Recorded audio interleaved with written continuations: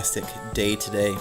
And as you can guess, and you read in the title, it's been 14 days since I overseeded my front lawn and the strip here with turf type tall fescue. So I kind of want to go through a 14-day update and just show you some of the areas I'm really happy with how they're turning out, and some of the areas I'm kind of more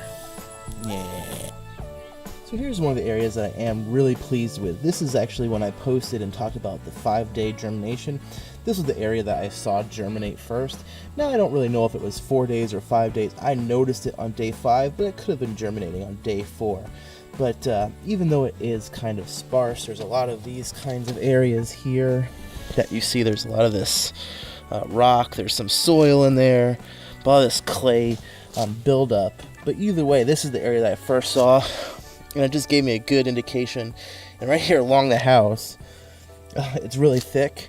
Then here, that's just because there's not as much of this rock and clay. But it is one of the first areas I saw germinate, so I'm really pleased with how, and this is just a completely bald area. There's my hand. This is the area that was completely bald that I kind of broke up and put some topsoil down. But I'm really pleased with how that turned out. I'm actually going to put a little bit more seed down to fill up some of these bald areas today, actually, and I'm going to make a separate video on that. But really pleased with how this area has turned out. So here's one of my happy areas. I came back from vacation. It's actually, if you watch the video how to water your lawn, you can see that I went on vacation for 3 days, came back, and this was here, and I was so happy because this is like, it's green, it's thick, it's actually drowning out a lot of the weeds. So I was really pleased because this actually shows me what my lawn could look like if I continue to do the right things. But I am battling. My son is pushing me around. Hey, stay up here, buddy. Yep, the spider's over there. Stay right here. I am battling. You kind of get the whole grub of it right here. I got crabgrass. That's right here. Up here I got crabgrass, nutsedge, and clover. Right here.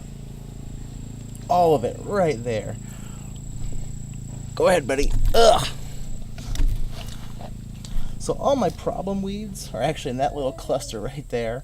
But the key thing, if you're battling weeds, the best way to fight and control your weed population is to have a nice thick lawn. And that one area up there is actually showing me that works, because that area is, I mean, it's not super thick. I mean, the grass is still very young, so if the grass thickens up a little bit, it will be even better. But even just over there, it's actually outgrowing a lot of the weeds that is there, so there's actually very minimal weed there. If it's a tall weed that can sort of get up and over the grass, it's working, like that nutsedge or that tall crabgrass and the wild garlic. But everything else, it's really drowning out, so it's working. There's other areas in the lawn that are thick that have drowned out the weeds. So it actually has left me at 14 days out what I should do. Should I go ahead and just continue to push the good grass and just leave the weeds be, let them die off with the first freeze? Or maybe help the grass by putting down some kind of weed control now, some kind of herbicide or something, and just helping out the grass. So I don't quite know what to do with that. I go back and forth. Part of me says patience, but then part of me is like, let's just maybe try test area and just see how it works. Like I said in my how to water lawn video, a lot of it's just throwing stuff to the wall and seeing what sticks. So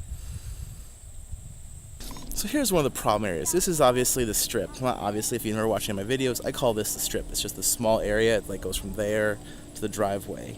The reason this is one of my problem areas is that there's a couple areas that I did already show you that are growing in nicely. There's a lot of areas that aren't, and the reason is the big, not big hill, but it does have an incline that goes down the street.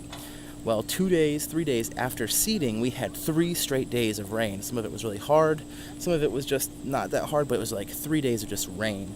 And so a lot of the seed, I'll actually show you, there's a gutter back there, there's a gutter drain, and just all that water just sort of pushed all the seed out and away. So I'm actually going to come back over this and overseed it again today, and there's going to be another video about that. So I'm filming 2 videos at the same time. I'm actually going to do that and then hope we have actually no rain for another week or so. So I'm hoping that gives enough time for some seed to start growing, to germinate, and then when the next rain does come, should be good to go. So I'm actually going to overseed this area one more time, mainly along this strip here. that the water really affected. And there's actually another area on the front lawn that's kind of the same thing. I actually started working on it last night, but let me just show you. There, as you can see, like straight down, it's dead. Not dead, but it's just barren here. And just sort of going up, you can sort of see the trail. What? Oh, hey, there's a puppy. Puppy. Hey, pups. As you can see here, it kind of like it starts or ends here because there's the ditch to the road. It's actually a lot right there too, but it just sort of follows up this way, kind of goes here. I got some sparse growth, but it's not very thick. I really see this area well. And it just goes about here, which is where it retains a lot of water because there's a little divot here. And then right here is the drain to the gutter.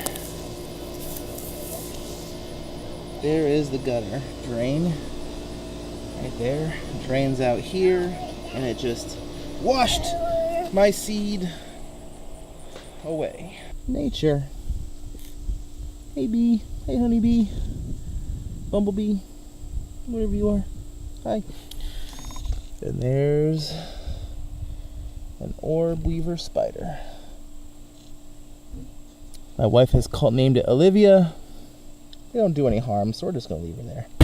Coming up, there's a couple areas because this is I can't remember. Oh, because this area was kind of already dead and had like just a dirt spot, so I kind of broke it up a little bit. I've been watering it, and so I'm actually gonna put some seed down, some topsoil on top of it. But this is a lot of Bermuda grass here. This is just all Bermuda, and so I actually am. I looked up different ways to treat Bermuda, and I actually have another video on that I'm going to be filming starting next week. So you have to wait 3 weeks. The bottle says when you overseed, that fresh seedlings shouldn't have this thrown on top of them. So I'm actually going to wait a couple weeks, another week or two before I put it down. But I am going to start treating the Bermuda. Here's a couple dirt areas. There's a big dirt area that no seed was growing. It was super dry. But now here's the other problem area that I have started working on. And I do have a rain gauge or water gauge in the ground. It actually was eye-opening. Don't know how well you can tell that, but I watered for 15 minutes this morning, and it gave me a trace of water. It's kind of eye-opening. I want to make sure I wasn't over-watering this area because it was dry, but it actually makes sense why it's so dry in this area. It's just not getting enough water. But if you look up here, it's the same thing as it was on the strip. This is going on here. You have this dry patch, then you just follow it up. And I talked about this in the how to water lawn video. I saw this area, I wasn't sure what was going on. I figured it out. And I actually started raking it up here. And actually, this was shocking too. I didn't realize I had this much. I thought this was topsoil when I was looking at it. This is all thatch.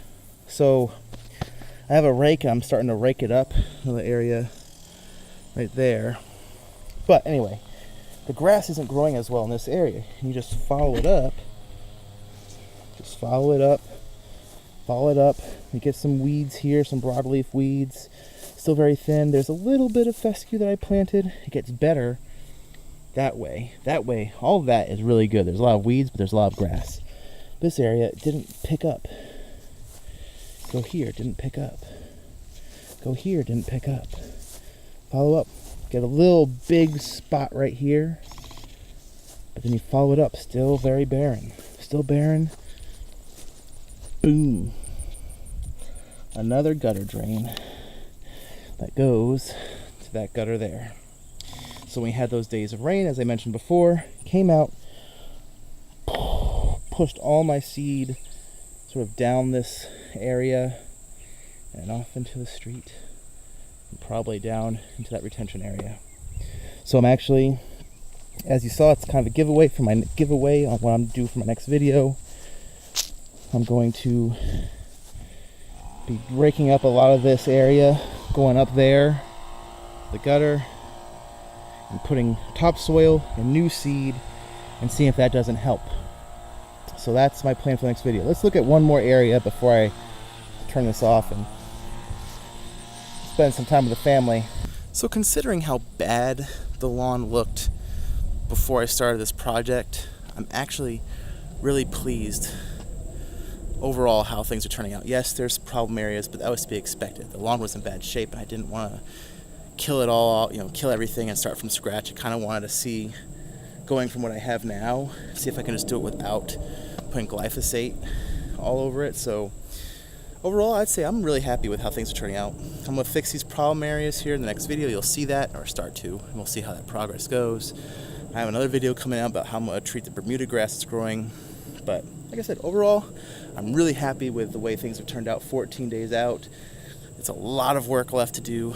It's a long, hard process to like turn a yard around, turn the lawn around, but overall, I can't complain too much. So that's it for this video.